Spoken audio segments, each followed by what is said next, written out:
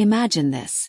Your 15-year-old daughter calls you sobbing from a crowded farmer's market on her birthday because 6 old church ladies have her physically cornered, screaming in her face that she's unChristian for not wanting to play big sister to her dead dad's affair babies. That happened to me. And what I did next made an entire congregation turn on my ex-in-laws in under 48 hours. If you've ever been ganged up on by hypocrites who think they're doing God's work, drop a like right now, subscribe and buckle up, because this one is pure, ice-cold, church pew-shaking justice.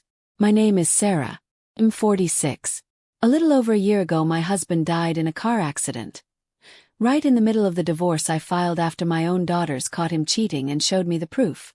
2 months later his affair partner died too, leaving 2 little boys aged 3 and 1 completely orphaned. And ever since my ex-in-laws, let's call them Karen and Ron, both pushing 80, have been on a holy war to destroy what's left of my family. They tried to sue for custody of my daughters. My daughters. Girls who found their dad's secret second phone. Girls who read texts that no teenager should ever have to read. They're in therapy twice a week because of the trauma, and Karen and Ron decided the best cure was to bully them into forgiving their father and embracing his affair kids as baby brothers. This past weekend was my youngest daughter Lily's 15th birthday. We have a big party planned later in the month, but I wanted to do something small and fun. Just us. Our town has this gorgeous weekend farmers market. Fresh strawberries, homemade fudge, the works. I handed Lily $100 and told her, "Go wild, birthday girl. Chocolate, cookies, whatever your heart wants." My older daughter Emma and I sat on a bench sipping iced tea, laughing, thinking for once everything felt normal. An hour went by. Then an hour and 10 minutes. My mom radar started screaming.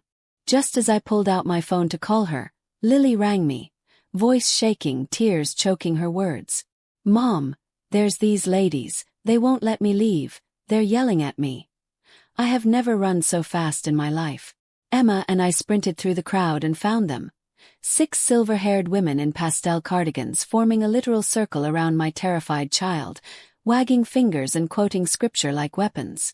One of them, Mrs. Gladys, I recognized her from years ago, actually grabbed Lily's wrist and said, "You should be ashamed, refusing to love your own little brothers. God is watching." My vision went red. I shoved my way into the circle, put my body between them and my daughter, and felt every muscle in my back lock like steel.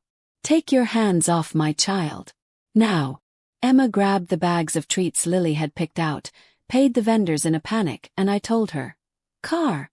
Go." Then I turned to these women. Some I hadn't seen in years, some I used to call friends, and I let them have it. Gladys had the nerve to look me in the eye and say, "You're the worst of them all, Sarah. A good Christian wife submits, even after death." I laughed, sharp, ugly, right in her face. The screaming got so loud security escorted all of us out. The 6 of them followed me across the parking lot like a flock of judgmental vultures in orthopedic shoes. That night after I tucked my girls in, both shaking, both crying, I opened Facebook. A friend from that church slid into my DMs almost immediately. "Sarah, I'm so sorry about today. You need to see what Karen posted." It was a novel-length sob story in the church's private group. How my daughters and I were heartless. How we'd left poor grandma and grandpa homeless and penniless. They inherited his life insurance and bank account. How we'd somehow stolen their grandsons. The boys are happily placed with cousins.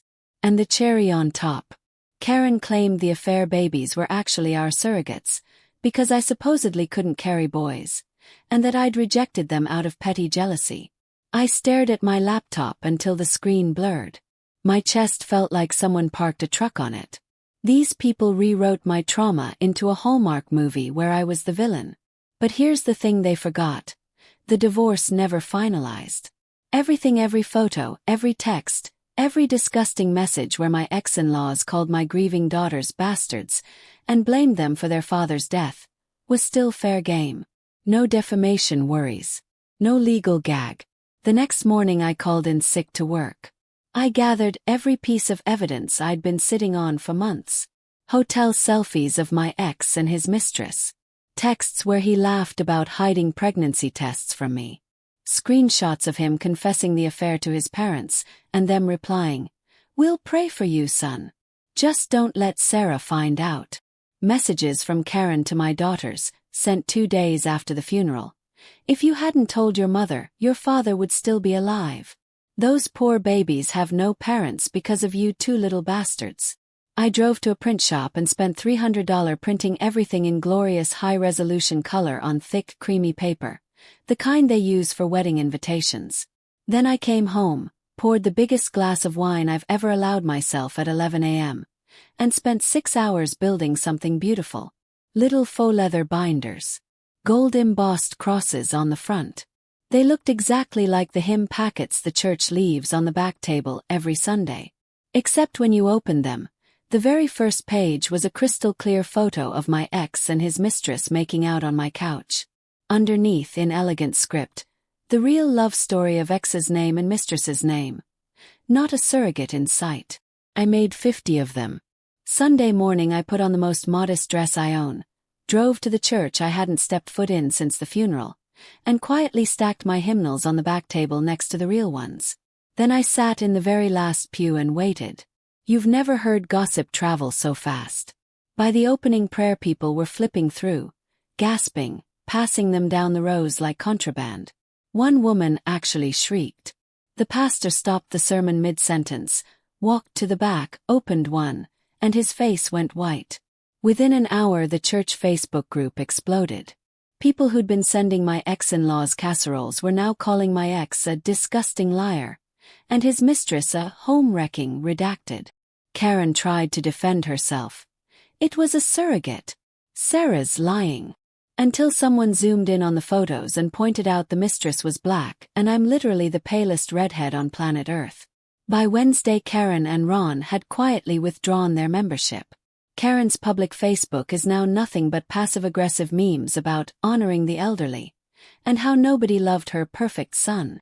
I got 2 handwritten apology letters addressed to my daughters, plus an invitation for all 3 of us to come back to the flock for healing. I used them as fire starters. The best part. The same women who cornered my crying 15-year-old at the market. They now cross the street when they see us coming. Real justice tastes like high-quality photo paper and smells like the smoke from burning fake apologies. Sometimes the people who scream family values, the loudest, are protecting the ugliest secrets. My daughters and I. We're healing, slowly, loudly, on our own terms. And we never have to set foot in that building again. If this story made your blood boil and then gave you the sweetest relief, smash that like button, drop your own revenge story in the comments. I read every single one. And subscribe because next week we've got another one that'll leave you cheering. See you then.